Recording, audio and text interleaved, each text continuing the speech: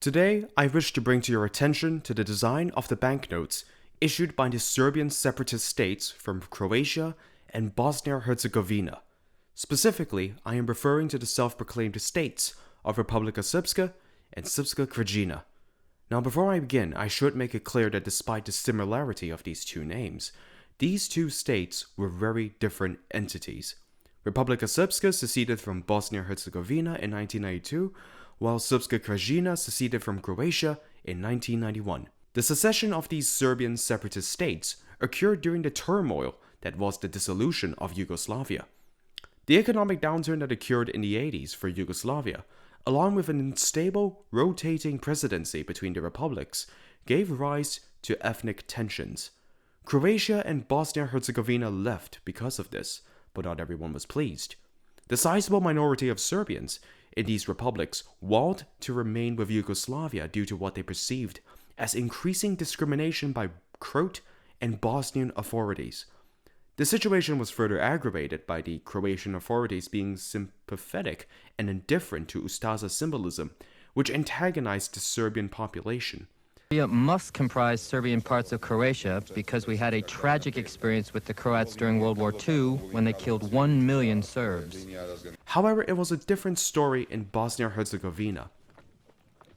Serbian secession was caused by the downfall of the multi-ruling coalition of Bosniaks, Bosnian Croats, and Bosnian Serbs. For the Bosniaks and Bosnian Croats vowed to remain united. The Bosnian Serbs refused and wanted to remain with Yugoslavia. However, as time went on, this elevated to the desire to unite with Serbia, owing to the fact that the Bosnian Serbs perceived the ruling coalition of Bosniaks and Bosnian Croats to be against their existence.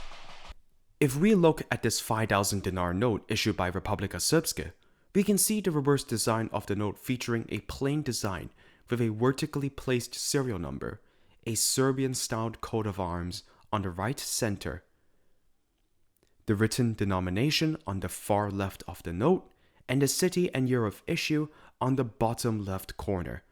The obverse of the note simply features a portrait of novelist Petar Kovic. You might be wondering, why would I feature the reverse of a note first before the obverse? The answer for this lies in the 50 miliard dinar note issued by Republika Srpska Krajina.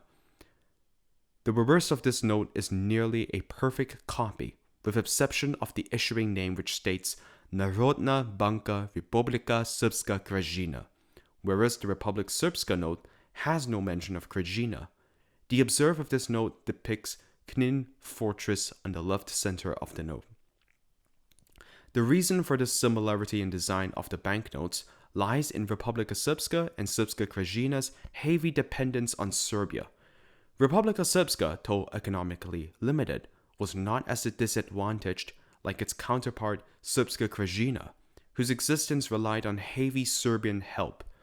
It also did not help that Srpska Krajina, which was located in the confines of Croatia, was further away from Serbia, limiting the support they could get, unlike Republika Srpska, which was located in the borders of Bosnia-Herzegovina, which closely bordered Serbia.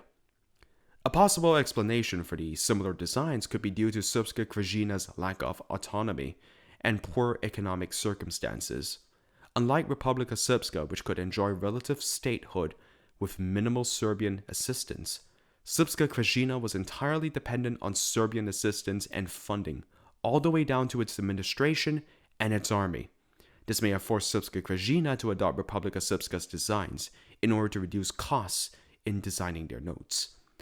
Furthermore, Srpska Krajina never enjoyed the small degree of stability that Republika Srpska enjoyed. There was significant infighting with local leadership, along with the president Milan Babic, who kept fighting with Serbian President Milosevic, who wanted even more autonomy, even though it was clear that Serbia was the only thing preventing its fall. This intense focus on autonomy would have likely led to Srpska Krajina's administration in reusing Republika Srpska's designs as long as it was considered Serbian enough. Another reason for this reuse of designs also likely lies in the common goal of these secessionist states in wanting to ultimately unite with Serbia. If we look at this 10 dinar note issued by the Republika Srpska in 1992, we can see that there was a change in the coat of arms used, which from 1993 onwards contained a crown on the top. For an insignificant detail, this streamlining of designs demonstrates how in the foreseeable future, the desire the Serbians had in uniting with Serbia was something to be sought. This never came into fruition, however, and instead these Serb secessionist states ended up remaining in the confines of Croatia and Bosnia-Herzegovina, albeit with greater autonomy. Thank you for watching, and I hope you enjoyed this series.